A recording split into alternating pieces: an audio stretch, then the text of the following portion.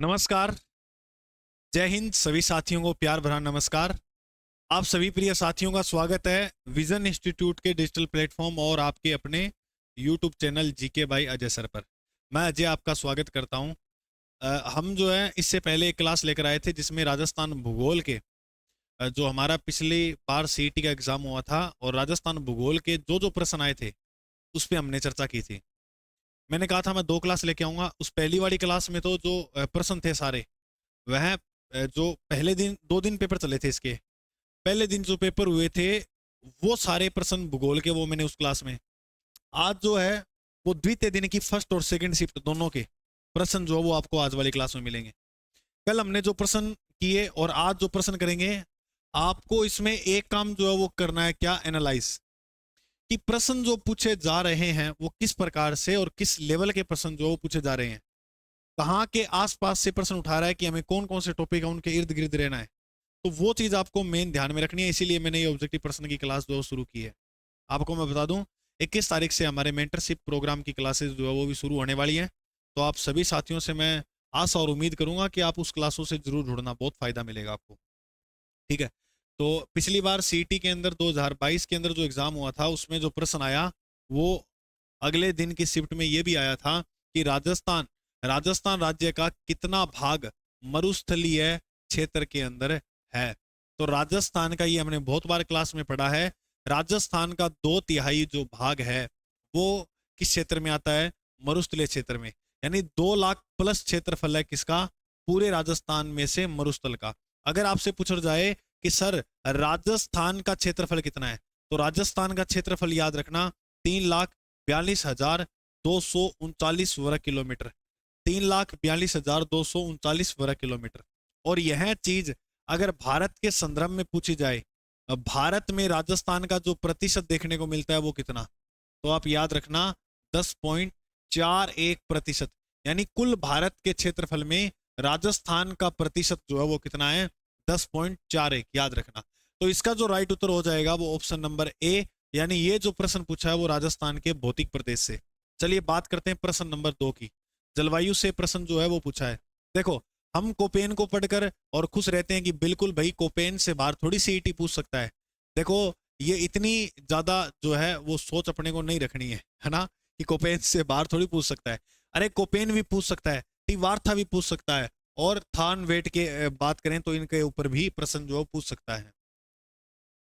अगर मैं आपको बताऊं तो इसमें जो प्रश्न पूछा गया है वो ये पूछा है कि जैसलमेर जिले की जलवायु को प्रस्तुत करता है थॉनवेट, वो किस नाम से? तो हमने ये भी बहुत बार जो है वो क्लास में चर्चा की है इस बात की कि कोपेन ने जो पश्चिमी राजस्थान है, पश्चिमी राजस्थान की जो जलवायु है उसको जो नाम दिया था वो दिया था ई, ए और डी। ये नाम जो है वो कौन सी जलवायु को दिया? पश्चिमी राजस्थान की जलवायु को। क्लियर है? तो ये बात आपको याद रखनी है। इसका राइट उत्तर हो जाएगा ऑप्शन नंबर डी। इसका राइट उत्तर क्या हो जाएगा? Option number D. ये जलवायु टॉपिक से जो वो प्रश्न आया है। और राजस्थान में ये जो क्षेत्र है ईएडी मतलब बोले तो ये जो क्षेत्र है ये किस प्रकार का क्षेत्र है? तो आप याद रखोगे यह एक शुष्क क्षेत्र है। कैसा क्षेत्र है? शुष्क। चलिए बात करते हैं नेक्स्ट प्रश्न की। राज्य के कौन से जिले अंतरराष्ट्रीय सीमा पर दक्षिण की ओर, दक्षिण से उत्तर की ओर जो है वो स्थित है? अच्छा कोई बात नहीं है, हम बात करेंगे। मैं आपको एक बात और ये और बता दूं कि इसमें जो हमारा जीके का पार्ट रहेगा वो ओल्ड जीके ही पूछा जाएगा। तो नए जीके में आप अपना टाइम जो वो मत खराब करो मेरे भाई। क्लियर? देखो सबसे पहले जो सीमा बनाता है उस जिले का नाम है गंगानगर। गंगानगर। और गंगानगर के बाद जो सीमा बनाएगा वो जिला होगा कौन सा? बीकानेर। और बीकानेर के बाद जो सीमा बनाएगा वो जैसलमेर। और जैसलमेर के बाद जो सीमा लगेगी वो कौन से जिले की? बाड़मेर। लेकिन इन्होंने प्रश्न जो दिया है बस थोड़ा घुमाया है, दक्षिण से उत्तर की बात पूछी है। तो दक्षिण से उत्तर चलेंगे तो पहले नंबर पे बाड़मेर आएगा, 2 नंबर पे जैसलमेर आएगा, इसका मतलब 3 पे बीकानेर, 4 पे गंगानगर। तो नंबर 1 पर बाड़मेर है, ये ऑप्शन नंबर ए देखो आप, बाड़मेर के बाद जैसलमेर, फिर बीकानेर और फिर गंगानगर। यानी ए नंबर ऑप्शन जो है वो हमारा बिल्कुल राइट उत्तर माना जाएगा, एकदम राइट उत्तर हो जाएगा। ये बात आपको समझ में आई क्या? है ना? बिल्कुल सिंपल है, ज़्यादा इतना कोई गहरा नहीं है। अगर हम देखें तो ये टॉपिक सामान्य परिचय से जो है, सामान्य परिचय से जो है प्रश्न पूछा गया है। आपको मैं बात बता दूं, स्वतंत्रता दिवस के अवसर पर हमने एक ऑफर निकाला था, और साथ ही रक्षाबंधन जो है, आपको पता है, पहले तो सभी साथियों को रक्षाबंधन की ढेर सारी शुभकामनाएं। रक्षाबंधन के अवसर पर 14 से 21 अगस्त 2024 तक विजन इंस्टीट्यूट के प्रत्येक कोर्स पर पाएं 70% तक की छूट। याद रखना, ये ओल्ड टेस्ट सीरीज, सीटी batch, SSC, RPF, master batch, special GK का, जिसमें राजस्थान जीके स्पेस पूरा है। चाहे कोई भारत के भूगोल का कोर्स स्पेशल लेना चाहे तो वो जो भी कोर्स लेना चाहे तो 70% डिस्काउंट के साथ आपको नाम मात्र की प्राइस में ये कोर्स जो मिल जाएंगे। डाउनलोड करना होगा, install now vision institute app, ये गूगल प्ले स्टोर में आपको मिल जाएगा। इस प्रकार का जो है वो अपना लोगो होगा, ठीक है। अगर फिर भी आपको कोई समझ में बात नहीं आती है तो ये नीचे दिए गए जो कॉन्टैक्ट नंबर पे है, इन पे कॉल कर लेना। क्लियर? चलिए, फिर बात की जाए हमारे नेक्स्ट प्रश्न की, तो नेक्स्ट प्रश्न हमसे ये पूछ रहा है कि राजस्थान सरकार ने किस वर्ष में राजस्थान राज्य विद्युत बोर्ड का विद्युत बोर्ड को 5 सरकारी कंपनियों में बांटा था? बिल्कुल, बहुत अच्छा प्रश्न है। राज्य विद्युत बोर्ड को 5 सरकारी जो कंपनियों में बांटा गया था, वो कब बांटा गया था? 2000 में। इसका राइट उत्तर जो हो जाएगा वो क्या हो जाएगा? Option number D. तो ये याद रखना, राजस्थान राज्य विद्युत बोर्ड को 5 सरकारी कंपनियों में बांटा गया, और वो कब बांटा गया? 2000 कंप्लीट, 2000 याद रखने हैं, ठीक है। चलिए, बात करते हैं हम नेक्स्ट प्रश्न की। तो राजस्थान के किस भौतिक प्रदेश में, ये भी भौतिक प्रदेश, भौतिक प्रदेश टॉपिक जो वो आपको अच्छे से पढ़ना है, ठीक है, इससे प्रश्न, और नदियां भी अच्छे से पढ़ के जाना, ऊर्जा भी अच्छे से पढ़ना है, और खनिज को भी अच्छे से पढ़ना है, और वन्य जीव अभ्यारण्य को। यानी ये मेन जो टॉपिक है वो उन पे आपको ज्यादा कमांड होनी चाहिए। उनसे प्रश्न आ रहे हैं, लेकिन ऊपर ऊपर से प्रश्न आ रहे, ज्यादा डीप नहीं आ रहे। देखो, राजस्थान के किस भौतिक प्रदेश में मुकुंदरा की पहाड़ियां जो वो देखने को मिलती है? अब आपको पता हो तो मुकुंदरा की जो पहाड़ियां वो राजस्थान के कोटा और झालावाड़ जिले के अंदर फैली है ना। तो कोटा और झालावाड़ बोले तो राजस्थान का कौन सा भौतिक प्रदेश आ गया? हाड़ौती। हाड़ौती प्रदेश जो है वह आ गया। तो इसका जो राइट उत्तर माना जाएगा, ऑप्शन में है क्या हाड़ौती प्रदेश? बिल्कुल, सी नंबर ऑप्शन में जो है वो हमारा हाड़ौती प्रदेश है। अब जो साथी ये चीज नहीं पढ़ेगा कि मुकुंदरा की पहाड़ी कहाँ है, वो तुक्के मारेगा अरावली में हो सकती है, तो ऐसा कुछ है नहीं। क्लियर? अच्छा, अब बताओ, उत्तरी अरावली की सबसे ऊंची चोटी का नाम क्या है? तो उत्तरी अरावली की सबसे चोटी ऊंची जो है उसका नाम है रघुनाथगढ़। उत्तरी अरावली की सबसे ऊंची चोटी का जो नाम है वो क्या है? रघुनाथगढ़। दक्षिणी अरावली की सबसे ऊंची चोटी का जो नाम है वो है गुरु शिखर। दक्षिणी अरावली की सबसे ऊंची चोटी का नाम क्या है? गुरु शिखर। और मध्य अरावली की सबसे ऊंची चोटी का जो नाम है वो है मोराई जी। मध्य अरावली, मैं से मोराई जी अजमेर के अंदर है। यह मध्य अरावली की सबसे ऊंची चोटी है। क्लियर? फिर हम बात करते हैं 6 नंबर प्रश्न की कि अति आर्द्र जलवायु प्रदेश में कौन सा जिला स्थित नहीं है? बहुत प्यारा प्रश्न है। यहां पर जो बात पूछी गई है वो स्थित नहीं है। क्लियर? अब जैसे हम बात करें तो ये हमारा इस प्रकार से राजस्थान, ठीक है, ये प्रश्न वैसे भी हो जाता, इतना कोई दिक्कत वाला प्रश्न था नहीं, ठीक है। राजस्थान की अगर हम बात करें तो हमें एक जलवायु प्रदेश जो है वो देखने, राजस्थान के जलवायु प्रदेश को 5 भागों में बांटा गया है। एक ये भाग हो गया, ये हो गया, ये हो गया, एक ये हो गया।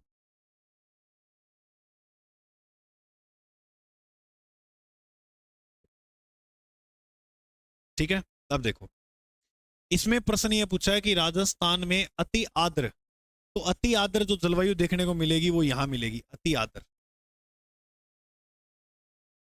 अति आर्द्र जलवायु इस बेल्ट में देखने को मिलेगी। क्या बांसवाड़ा में अति आर्द्र जलवायु है? तो हाँ बिल्कुल है।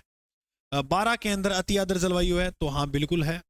अब सुनो, चित्तौड़गढ़ के अंदर अगर हम बात करें तो उत्तरी चित्तौड़गढ़ जो है वो आर्द्र के अंदर आ जाता है। और माउंट आबू आपको पता है सिरोही राजस्थान का सबसे ठंडा जो है वो स्थान है, तो यहां भी अति आर्द्र ही जलवायु देखने को मिलती है। हमें इस ऑप्शन के आधार पर अगर लीड करें तो हमारा जो राइट उत्तर हो जाएगा वो ऑप्शन ए नंबर हो जाएगा। क्योंकि आप ऐसे नहीं कह सकते कि चित्तौड़गढ़ की जो जलवायु है वो सिरोही से ज्यादा ठंडी है, नहीं। सिरोही राजस्थान का सबसे ठंडा स्थान है, माउंट आबू। तो ये तीन जो है वो अति आर्द्र जलवायु में आएंगे, जबकि उत्तरी चित्तौड़गढ़ जो है वो अति आर्द्र में नहीं आएगा। क्लियर, याद रखना। निम्न में से कौन से दशक में राजस्थान में जनसंख्या वृद्धि दर, देखो हम 2011 की जनगणना के पीछे हमारा दिमाग खराब करे रखे हैं। यहां देखो कब से प्रश्न आया है, राजस्थान में जनसंख्या वृद्धि दर उच्चतम रही थी, वो कौन सा सन था।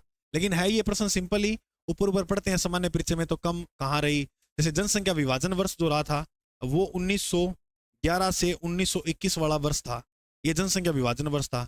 अब इन्होंने यहाँ पूछा है कि जनसंख्या वृद्धि दर किस में हुई, तो जनसंख्या वृद्धि दर जो रही थी वो राइट उत्तर हो जाएगा ऑप्शन नंबर 2। 1971 से 81 का जो सन था ना, उसमें राजस्थान में सर्वाधिक जनसंख्या वृद्धि दर जो है वो रही थी। क्लियर। बात करते हैं अपने नेक्स्ट प्रश्न की। निम्न में से कौन सा औद्योगिक क्षेत्र जोधपुर में नहीं है। बोरनाड़ा तो है जोधपुर में, नापासर बीकानेर में, नापासर नहीं है। क्लियर, ये सीधा सीधा प्रश्न हमारा क्लियर हो जाएगा, 2 नंबर ऑप्शन। मंडोर भी जोधपुर में है और पाल शिल्पग्राम भी कहाँ है, वो भी जोधपुर में है। क्लियर, तो नापासर जोधपुर में नहीं है। ये भी प्रश्न सिंपल था, वन डे एग्जाम में जो वो प्रश्न ऐसे देखने को मिलते हैं।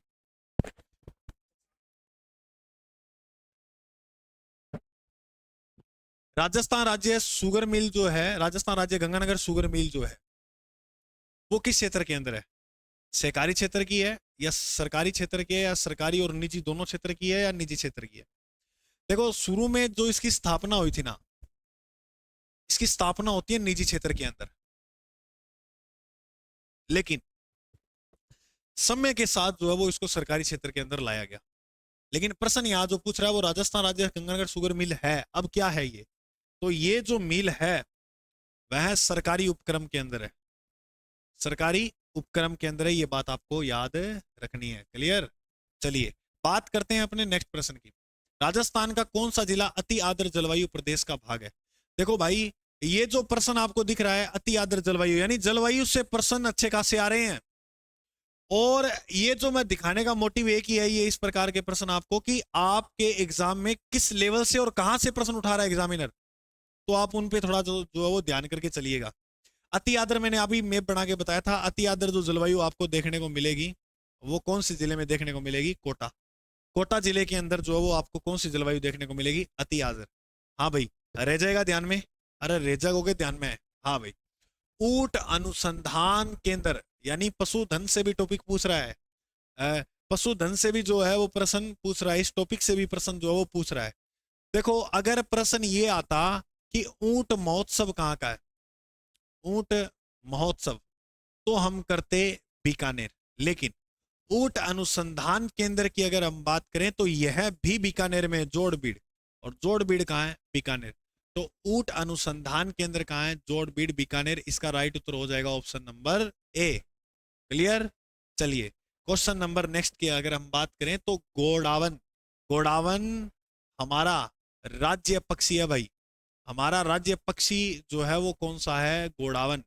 गोडावन को राज्य पक्षी का दर्जा मिला था 1981 में। कब मिला, 1981 में। गोडावन जो है वो आपको देखने को मिलेंगे राजस्थान के राष्ट्रीय मरु उद्यान के अंदर, ऑप्शन नंबर बी। तो ये यहाँ पाए जाते हैं।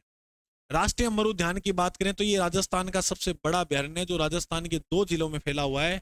एक जिले का नाम है जैसलमेर और दूसरे जिले का जो नाम है वो है क्या, बाड़मेर। इससे ये टोटल जो है 3162 वर्ग किलोमीटर क्षेत्रफल फैला है। कितने क्षेत्रफल पर फैला है, 3162 वर्ग किलोमीटर एरिया पर जो है वो ये फैला है। कौन सा, राष्ट्रीय मरु उद्यान। चलिए बात करते हैं प्रश्न नंबर 13 की। राजस्थान के किस जिले में जिप्सम का उत्पादन सर्वाधिक होता है। यहां बात की गई है किसकी भाई, जिप्सम की। तो जिप्सम के लिए आपको पता है, हम बार बार पढ़ते हैं, जिप्सम है तो बीकानेर, जिप्सम है तो बीकानेर। जिप्सम का उत्पादन सर्वाधिक कहां होता है, बीकानेर। इसके अलावा नागौर में भी हमें जिप्सम की खाने देखने को मिल जाएगी, लेकिन हमारा इसमें जो राइट उत्तर माना जाएगा वो क्या माना जाएगा, बीकानेर। क्लियर। चलिए हम बात करते हैं नेक्स्ट, यानी खनिज से प्रश्न आ रहे हैं, कन्फर्म आ रहे हैं। पीछे हमने कल वाली जो क्लास उसमें देखे थे तो उसमें भी खनिज से, तो हम जो है वो इन टॉपिक पे ज्यादा जो है कमांड रखेंगे। राजस्थान के किस जिले में राज्य की दूसरी लेपर्ड सफारी का शुभारंभ हुआ है। लेपर्ड सफारी से कभी भी प्रश्न आए तो आपको एक ही जिला याद रखना है, जयपुर। जयपुर। और आमागढ़ लेपर्ड पार्क कहाँ है? वो भी जयपुर में। आमागढ़ लेपर्ड पार्क कहाँ है? वो भी कहाँ है? जयपुर में। तो लेपर्ड का जब नाम आएगा तो हमें क्या याद रखना है? Option number 3। Clear? Option number 3 यानी जयपुर को। और देखो कल जो प्रश्न पूछा गया था वो बाघ परियोजना से। बाघ परियोजना की जो शुरुआत है वो कब होती है और टाइगर मेन के नाम से किसे जाना जाता है, इस प्रकार के प्रश्न। तो आप समझ रहे हो हमारे अभ्यारण्य से जो है वो भी प्रश्न सीईटी पूछ रहा है। चलिए, राजस्थान राज्य हस्तकरघा विकास निगम की जो स्थापना है वो किस वर्ष, नहीं, हाँ, किस वर्ष हुई थी? ठीक है, तो राजस्थान हथकरघा, ठीक है, हस्तकरघा विकास निगम की अगर हम बात करें तो इसकी जो स्थापना होती है वह होती है 1984 के अंदर। ऑप्शन नंबर जो बी है वो हमारा राइट उत्तर जो है वो माना जाएगा। क्लियर? अब आप फटाफट जो नेक्स्ट प्रश्न का जवाब दीजिएगा, इसको पढ़िए और जवाब दो। इंदिरा गांधी नहर परियोजना वानिकी प्रोजेक्ट का संयुक्त साहस है, निम्न में से कौन से दो राष्ट्र के बीच यह समझौता हुआ है? जल्दी से बताओ इसका राइट उत्तर।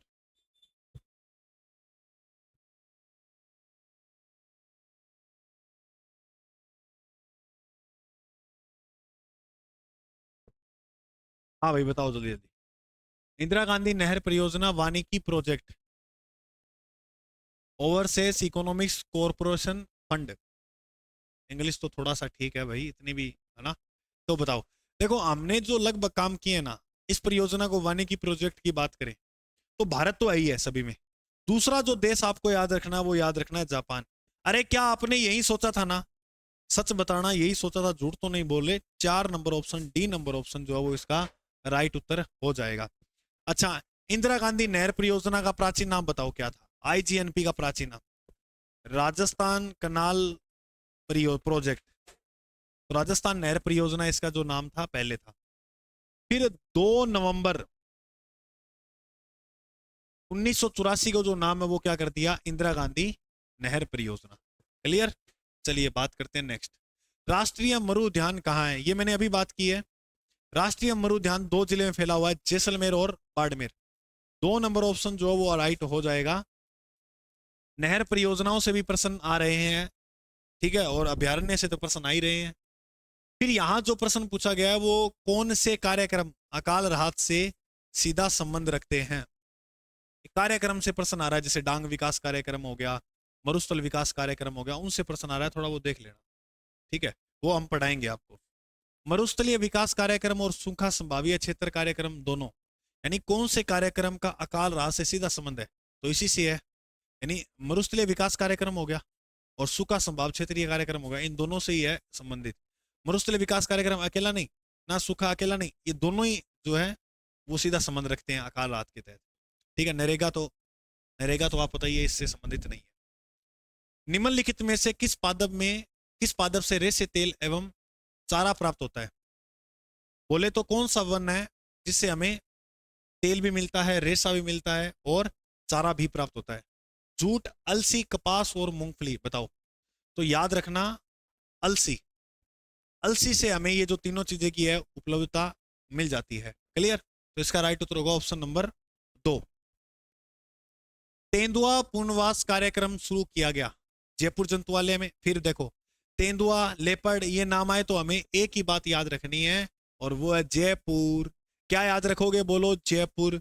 चलो ये बताओ आप, जंतुआलय की संख्या कितनी है राजस्थान में? जंतुआलय की संख्या कितनी है? तो आप बोलोगे 5। राजस्थान में मृग वनों की संख्या कितनी है? तो आप बोलोगे सर मृग वन है 7। राजस्थान के अंदर टाइगर प्रोजेक्ट कितने चलाए गए हैं? टाइगर प्रोजेक्ट, तो राजस्थान में अभी तक टाइगर प्रोजेक्ट जो है वर्तमान तक देखें तो 5 चलाए गए हैं। राष्ट्रीय उद्यान जो है उनकी संख्या कितनी है? राष्ट्रीय जो उद्यान है उनकी संख्या जो है वो है, राष्ट्रीय उद्यान की संख्या है 3। अगर आपसे प्रश्न पूछे बताओ अभ्यारण्यों की संख्या कितनी है, तो अभ्यारण्यों की जो संख्या है वो है 27। कितनी भाई? 27। ये बात याद रखना आप। क्लियर? चलो बात करते हैं हम प्रश्न नंबर 21 की। Rajasthan spinning and weaving, Rajasthan spinning and weaving mill कहाँ स्थापित की गई है, बताओ भाई। राजस्थान शिपिंग एवं वीविंग मिल कहाँ स्थापित की गई है, बहुत अच्छा प्रश्न है। भिवाड़ी, ब्यावर, अजमेर और भीलवाड़ा। अरे भाई वस्त्र नगरी के नाम से किसे जानते हैं, बताओ आप मुझे। वस्त्र नगरी, ये हमारे नोट्स में आपको सीधी की सीधी लाइन मिल जाएगी, हमने विशेष लगा के ये लिखा हुआ है। ये कारखाना, ये मिल कहाँ है ना। वस्त्र नगरी जो है वो किसे कहते हैं, भीलवाड़ा को। तो राइट उत्तर हो जाएगा भीलवाड़ा। और राजस्थान का मैनचेस्टर, राजस्थान का मैनचेस्टर भी किसे कहा जाता है, राजस्थान के मैनचेस्टर के नाम से जो जाना जाता है वो किसको जाना जाता है, भीलवाड़ा को। भीलवाड़ा। तो शिपिंग एवं एंड विविंग मिल्स जो है वो भीलवाड़ा के अंदर है, याद रखना है। अरे भाई बरखान, बरखान बालू का स्तूप है। और सूरतगढ़ वाले साथियों को तो खास ये बात याद होगी, है ना। सूरतगढ़ में जो पाए जाते हैं वो किस किस्म के बालू का स्तूप है, वह बरखान। तो यह मरुस्थलीय प्रदेश में पाए जाने वाले क्या है भाई, बालू का स्तूप। ऑप्शन अगर इधर देखें यहां तो 3 नंबर जो है वो राइट उत्तर हो जाएगा। क्लियर, आ जाओ। अच्छा, और ये जो बरखान बालू का स्तूप है, ये जो है इनकी आकृति रहेगी अर्धचंद्राकार। ये बात और याद कर लेना मेरे दोस्त, इनकी जो आकृति रहेगी वो कैसी रहेगी, अर्धचंद्राकार। ठीक। चलिए बात करते हैं नेक्स्ट प्रश्न की। निम्नलिखित में से कौन सी लूनी नदी की सहायक नदी अरावली की पहाड़ियों से उद्गम नहीं लेती है। ये भी नोट्स के अंदर सीधा सीधा आपको जो है वो देखने को मिल जाएगा। देखो, इस प्रकार से नागपाड़ से एक नदी निकलती है और उस नदी का नाम जो है वो है लूनी। लूनी की काफी सहायक नदी है, लेकिन एक सहायक नदी है जो इससे उत्तर दिशा से आकर मिलती है, और उस नदी का नाम है जोजड़ी। जोजड़ी पांडलू गांव नागौर से निकलती है। अब आपको एक बात पता हो तो ये जो नागौर है ये मरुस्थलीय प्रदेश के अंदर आता है, ना कि अरावली में। तो याद रखना, अरावली की पहाड़ियों से कौन सी नदी नहीं निकलती है इसकी सहायक, जोजड़ी। यहाँ जोजरी लिखा हुआ है, एक ही बात है, जोजड़ी कह दो या जोजरी। और एक प्रश्न और बताता हूं, उत्तर दिशा से मिलने वाली एकमात्र लूनी की सहायक नदी जो है वो कौन सी है, जोजड़ी। और जोधपुर के अंदर एक गांव है खेजड़ी, खेजड़ली गांव के अंदर आकर ये अपना जल जो जोधपुर में डाल देती है। क्लियर। राजस्थान के मरु क्षेत्र हेतु जल पुनर्गठन परियोजना का वित्त पोषण किस एजेंसी ने किया, एशियन डेवलपमेंट बैंक, विश्व बैंक, अंतरराष्ट्रीय मुद्रा कोष, न्यू डेवलपमेंट बैंक। जल्दी से फटाफट जो है वो आप मुझे इस प्रश्न का जवाब जो है वो दीजिएगा, है ना। तो इसके जो अगर हम प्रश्न की बात करें तो इसका राइट उत्तर हो जाएगा, यानी राजस्थान के मरुस्थल, राजस्थान के मरुस्थल क्षेत्र जल पुनर्गठन परियोजना का जो वित्त पोषण है वो न्यू डेवलपमेंट बैंक द्वारा जो है वो दिया गया है। किसके द्वारा दिया गया है, न्यू डेवलपमेंट बैंक के द्वारा जो है वो दिया गया है। चलिए बात करते हैं नेक्स्ट। राजस्थान के किस जिले में बहुउद्देशीय सिंचाई परियोजना परवन, अरे वाह, परवन नदी भी पड़ते हैं 12 के अंदर, लेकिन यहाँ बहुउद्देशीय सिंचाई परियोजना तो यह निर्माणाधीन है 12 और झालावाड़ में। क्लियर। तो यहाँ देखो चित्तौड़गढ़ है, बांसवाड़ा है, जयपुर और झालावाड़। हमें जो राइट ऊपर ऑप्शन देखना है वो ये डी नंबर झालावाड़। अगर यहाँ देखो 12 तो है ही नहीं ऑप्शन में, क्योंकि परवन नदी जो है वो 12 में बहती है, 12 में फिर झालावाड़ में, है ना। तो ये आपको इसी प्रकार याद रखना है। तो इसका राइट उत्तर क्या हो जाएगा ऑप्शन के आधार पे, झालावाड़। तो ये एक बहुउद्देशीय सिंचाई परियोजना है परवन, जो झालावाड़ में है। राजस्थान के कितने जिलों में डांग विकास, ये भी हमने बहुत बार पढ़ा है, डांग विकास कार्यक्रम 1994-95 के अंदर शुरू किया गया था। यह राजस्थान के 8 जिलों के अंदर जो है वो चलाया जा रहा है।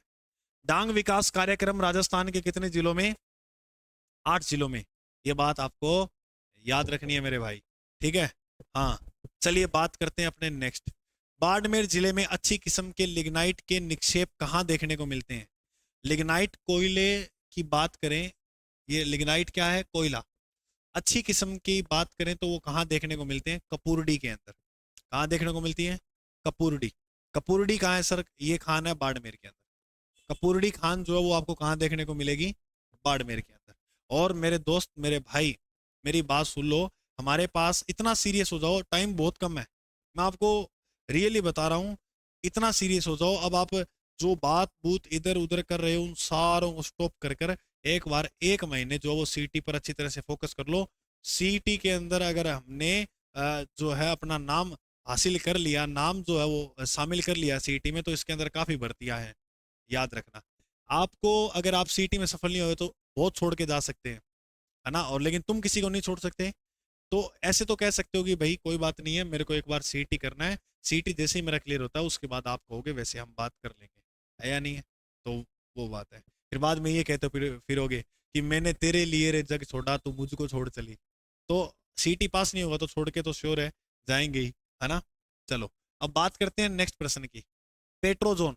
अब तेल वगैरह अगर हम बात करें तो पेट्रोजोन के अंदर शामिल जो वो अपना राजस्थान का कौन सा जिला है? बाड़मेर। हाँ, याद रखना, राजस्थान का कौन सा जिला है जो पेट्रो जोन के अंदर शामिल है? तो आप कहोगे सर वो जिला है बाड़मेर। ठीक है मेरे भाई, समझ में आ गई आपको बात? चलिए बात करते हैं अपने, ठीक है। अब जितने भी मैंने आपको ये प्रश्न आज करवाए हैं, ये द्वितीय दिन जो फर्स्ट और सेकंड शिफ्ट के भूगोल के प्रश्न थे ना, वो तो भूगोल का एक अच्छा वेटेज है, लगभग 15-16% आप आसपास एवरेज मान के चलो, इतने हमें देखने को मिलेंगे। और राजस्थान की आर्ट एंड कल्चर भी बहुत ज्यादा इंपॉर्टेंट है, उसके आपको लगभग मान के चलो 23 से 24%।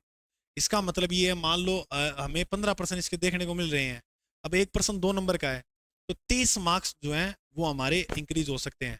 और आपको 40% की अगर हम बात करें तो 300 में से 120 मार्क्स चाहिए, 40% के लिए बता रहा हूँ, लेकिन हमें इससे भी आगे जाना है। ओके मेरे भाई, ये जो हमने क्लास पढ़ी है इसकी पीडीएफ के लिए आप टेलीग्राम चैनल से जुड़ सकते हो, जीके बाय अजय सर। और फ्री नोट्स वगैरह हमने फ्री मटेरियल में विजन इंस्टीट्यूट ऐप के ऊपर अपलोड कर रखे हैं, और स्पेशल ऑफर चल रहा है, मैंने आपको बता दिया। तो आप अपने हिसाब से जो कोर्स आपको चाहिए तो वो आप खरीद सकते हो। ठीक है मेरे दोस्त, चैनल पर जो साथी आज पहली बार आया है वो जरूर सब्सक्राइब करें। और देखो हम आपके लिए मेंटरशिप प्रोग्राम लेकर आए हैं और इतना प्रयास कर रहे हैं, आपका एक फर्ज बनता है कि हमें आप गांव गांव ढाणी ढाणी पहुंचाओगे। आप अपने व्हाट्सअप स्टेटस पर, आप अपने व्हाट्सअप ग्रुप जो आप जुड़े हुए हो, आप टेलीग्राम में जहां जुड़े हुए हो, तो हमें जरूर जो है अपने इस लिंक को कॉपी करके वहां शेयर करोगे। मैं आपका बहुत बहुत आभारी रहूंगा। ठीक है, मिलते हैं अगली क्लास में। धन्यवाद क्लास देखने के लिए। जय हिंद, जय भारत।